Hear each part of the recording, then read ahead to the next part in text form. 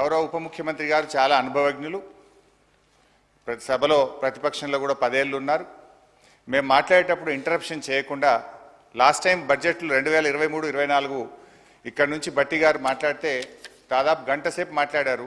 ఆర్థిక మంత్రిగా నేను అక్కడ ఉన్నాను. ఒక్కసారి కూడా మా మంత్రులు కానీ నేను కానీ లేవలేదు, ఒక్క నిమిషం కూడా డిస్టర్బ్ చేయలేదు. వారు మొత్తం మాట్లాడిన తర్వాత నేను రిప్లై ఇచ్చాను. సో ఆ సంయమనం ఉండాలని చెప్పి కూడా నేను మీ ద్వారా విజ్ఞప్తి చేస్తా ఉన్నా. ఎందుకంటే హరీష్ రావు గారు, మీరు మొట్టమొదట మీ ప్రసంగంలో కూడా చెప్పినారు మమ్మల్ని వీడియోలో చూపిస్తలేరని చెప్పేసి. అది పొరపాటు. అది చూపిస్తలేదు, ప్రజలు చెప్తున్నాం, అందరినీ అన్ని పర్ఫెక్ట్గా చూపిస్తున్నాం. Thank you sir. నేను సీనియర్ శాసనసభ్యులు హరీష్ రావు గారి ప్రతి మాటను కూడా గౌరవిస్తాం అధ్యక్ష. ఎందుకంటే వారు కూడా లెజిస్లేటివ్ మంత్రిగా కూడా పనిచేశారు, ఫైనాన్స్ మినిస్టర్గా పనిచేశారు. మేము ఈరోజు మరి ఆ రాహుల్ గాంధీ గారి ప్రస్తావన తీసుకొచ్చారు. రాహుల్ గాంధీ గారిని ఎన్నిసార్లు చూపెడుతున్నారో దానికంటే 10 రెట్లు ఎక్కువ సార్లు ఈరోజు న్యాయపరంగా వారు కరెక్ట్గా మాట్లాడితే, సందర్భాన్ని పురస్కరించుకొని మాట్లాడితే ఇంకో 10 సార్లు కూడా చూపెట్టడానికి మీ అనుమతి ద్వారా ఏదంటే మీ కార్యాలయం నుంచి చూపెడతారని మాకు గొప్ప నమ్మకము. రెండవది, వాస్తవాలు మాట్లాడారు సార్. అప్పుడు బట్టి గారు కూడా వాస్తవాలు మాట్లాడారు కనుకనే ఏ డిస్టర్బెన్స్ లేకుండే మీ దగ్గర నుంచి కూడా. దయచేసి హరీష్ రావు గారు కూడా వారికి ఉన్న అనుభవాన్ని ఉపయోగించుకొని వాస్తవాలు మాట్లాడితే తప్పకుండా సభ సజావుగా జరుగుతుందని మా అభిప్రాయం అధ్యక్ష. గౌరవనీయులు ఎలియా మినిస్టర్ గారు అన్నట్టు రాహుల్ గాంధీ గారి బాటలో నడుస్తామని చెప్పారు. అదే రాహుల్ గాంధీ గారు పాంచి న్యాయ గురించి కూడా చెప్పినారు. ఎమ్మెల్యేలు పార్టీ మారితే వెంటనే డిస్క్వాలిఫై కావాలన్నారు, వాళ్ళతో రాజీనామా చేయించారు. రెండవది అధ్యక్ష, మేము కూడా సబ్జెక్టే మాట్లాడతాం. We will not deviate from the budget. 10 ఏళ్ళు మేము కూడా ప్రభుత్వంలో ఉన్నాం. మా అనుభవాలను ఈ ప్రభుత్వానికి, ఈ రాష్ట్రానికి మేలు జరిగే విధంగా వాస్తవాలు మాట్లాడే ప్రయత్నమే చేస్తాం అధ్యక్ష. అధ్యక్ష, నేను అడుగుతా ఉన్న బట్టి గారిని, తలసరి ఆదాయం ఇంత గొప్పగా పెరిగిందంటే 10 ఏళ్ల మా పాలన ఫలితమా, 8 నెలల మీ పరిపాలనలో పెరిగిందా? దయచేసి చెప్పాలని చెప్పి నేను కోరుతా ఉన్నా. ఒకసారి గుండె మీద చేసుకొని చెప్పండి, ఎవరి పరిపాలనలో ఈరోజు దేశంలో తలసరి ఆదాయంలో ఈ రాష్ట్రం మొదటి స్థానంలో నిలబడ్డది? అధ్యక్ష, 4.5 లక్షలు లేని జిఎస్డిపిని 14.5 లక్షల పైకి తీసుకుపోయింది మా బీఆర్ఎస్ పాలననా, మీ 8 నెలల కాంగ్రెస్ పాలననా అని నేను అడుగుతా ఉన్నాను అధ్యక్ష. 2014లో దేశ జీడిపికి తెలంగాణ కాంట్రిబ్యూషన్ 4.1% అయితే ఈరోజు అది 5% పెరిగిందంటే ఇది 10 ఏళ్ల మా శ్రమ ఫలితమా, 8 నెలల మీ డ్రామా ఫలితమా అని నేను అడుగుతా ఉన్నాను అధ్యక్ష. అధ్యక్ష, 2013-14లో 1,07,00,000 ఉన్న పంటల ఉత్పత్తిని 4 కోట్ల టన్నులకు తీసుకుపోయింది మా పరిపాలన ఫలితమా, మీ 8 నెలల పాలననా అని నేను అడుగుతా ఉన్నాను అధ్యక్ష. మేం వ్యవసాయానికి ఏం చెయ్యకుండానే 4 రెట్లు ఎక్కువ పంట పండిందా? తెలంగాణ రాష్ట్రం వచ్చినాడు కరెంటు పరిస్థితి ఏంది? ఆనాడు ఏం పరిస్థితి? అడ్డు అదుపు లేని కరెంటు కోతలు, పారిశ్రామికవేత్తలు ఇందిరా పార్క్ దగ్గర ధర్నాలు, వ్యవసాయానికి అర్ధరాత్రి కరెంట్లు, గృహ అవసరాలకు పట్టబగలు కరెంటు కోతలు. కానీ 6 నెలల్లోనే పరిస్థితి చక్కదిద్ది వ్యవసాయానికి చాలినంత కరెంటు ఇచ్చాం.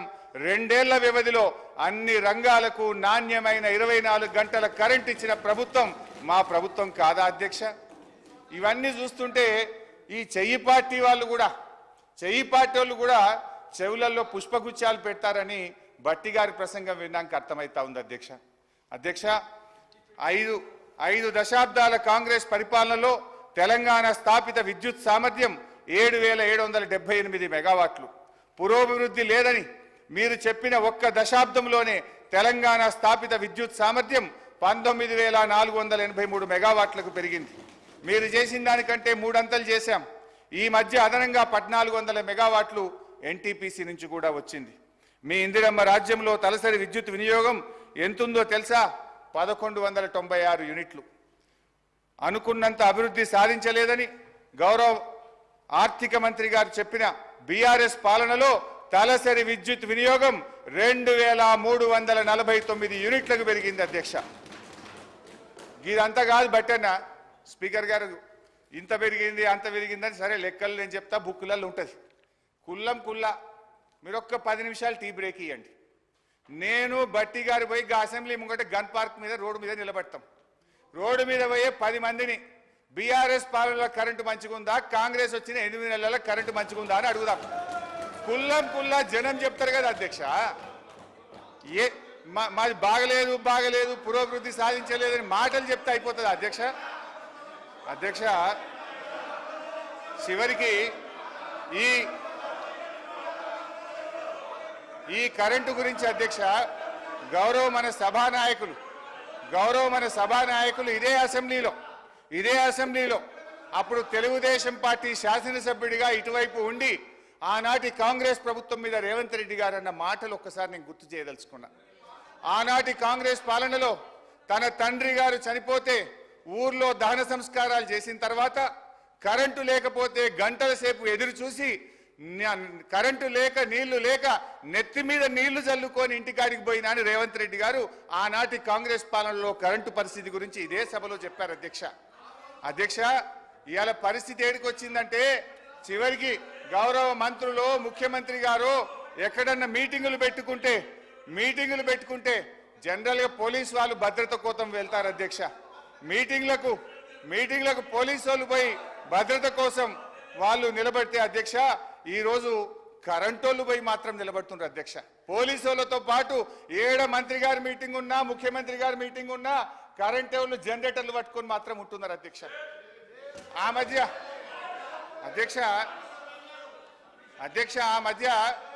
మధ్య రేవంత్ రెడ్డి గారు అప్పుడు మా పార్టీలో ఉన్న కొత్తగా ప్రభుత్వం ఏర్పడ్డాక మా పార్టీలో ఉన్న కేశవరావు గారి ఇంటికి పోయింది.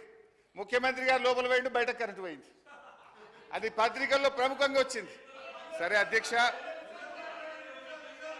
గత ఓపిక ఇంకా చాలా చెప్పేది ఉంది రాగే. గత కాంగ్రెస్ పరిపాలనలో వృద్ధులకు ఇచ్చిన పెన్షన్ 200 రూపాయలు మేము అధికారంలో వచ్చిన వెంటనే 1000 రూపాయలు చేశాం. రెండోసారి అధికారంలో రాగానే 2000 చేశాం. మా దశాబ్ద కాలంలో ఇచ్చిన మాట ప్రకారంగా వృద్ధాప్య పెన్షన్ 200 నుంచి 2000 రూపాయలు చేశాం అధ్యక్ష. మీ సోకాల్డ్ ప్రజాపాలనలో చెప్పిన 100 రోజుల గడువు దాటిపోయింది. 4000 పెన్షన్ నాలుక మీదనే ఉన్నది. ఉన్న 2000 కూడా చక్కగా రాక అవ్వాదాతల పరిస్థితి అధోగతి అయిపోయింది అధ్యక్ష. 2021లో విడుదలైన నీతి ఆయోగ్ నివేదికలో ఏముంది అధ్యక్ష? Telangana is the 7th largest state in terms of GSDP and has clocked a CAGR of more than 11% since 2015-16. It is one of the fastest growing states in the country. The state's economy has grown at an average annual rate of more than 9% since its formation, which is significantly higher than the growth rate it had attained before its formation as a separate state. Telangana రాష్ట్రం ఏర్పడ్డ తర్వాత ఆర్థికంగా వేగంగా అభివృద్ధిని సాధించిందని నీతి ఆయోగ్ కుండబద్దలు కొట్టినట్టు చెప్పినా అనుకున్నంత పురోభివృద్ధి సాధించలేదనే ప్రచారాన్ని ఏమనాలి అధ్యక్ష? వీళ్ళ ముందు గోబల్స్ కూడా పనికిరారు. ఇది గోబల్స్ ప్రచారం కాకపోతే ఏంది అధ్యక్ష? ఆర్థిక మంత్రి గారు వాక్కునిచ్చిన పురోగతి లేని దశాబ్ద కాలములో మన కేంద్ర ప్రభుత్వం ఇచ్చిన అవార్డులు తెలంగాణ పల్లెలకు టాప్ 20లో 19 అవార్డులు తెలంగాణ రాష్ట్రానికే వచ్చినాయి అధ్యక్ష. దీన్ని బట్టి తేలేదేమిటంటే ఈ బడ్జెట్లో ఉన్నదంతా వాస్తవాల విస్మరణ, అవాస్తవాల విస్తరణ. ఈ ప్రభుత్వం ఎంత సంకుచిత వైఖరంటే దశాబ్ద కాలంలో మేము సాధించిన అద్భుతమైన ప్రగతికి సంబంధించిన వివరాలు ప్రజలకు అందుబాటులో లేకుండా చేయాలని పబ్లిక్ డొమైన్లో ఉన్న మొత్తం సమాచారాన్ని డిలీట్ చేశారు అధ్యక్ష. Government is a continuous process. మా 10 ఏళ్ల పాలనలో ఉన్న మొత్తం సమాచారాన్ని డిలీట్ చేస్తారా అధ్యక్ష?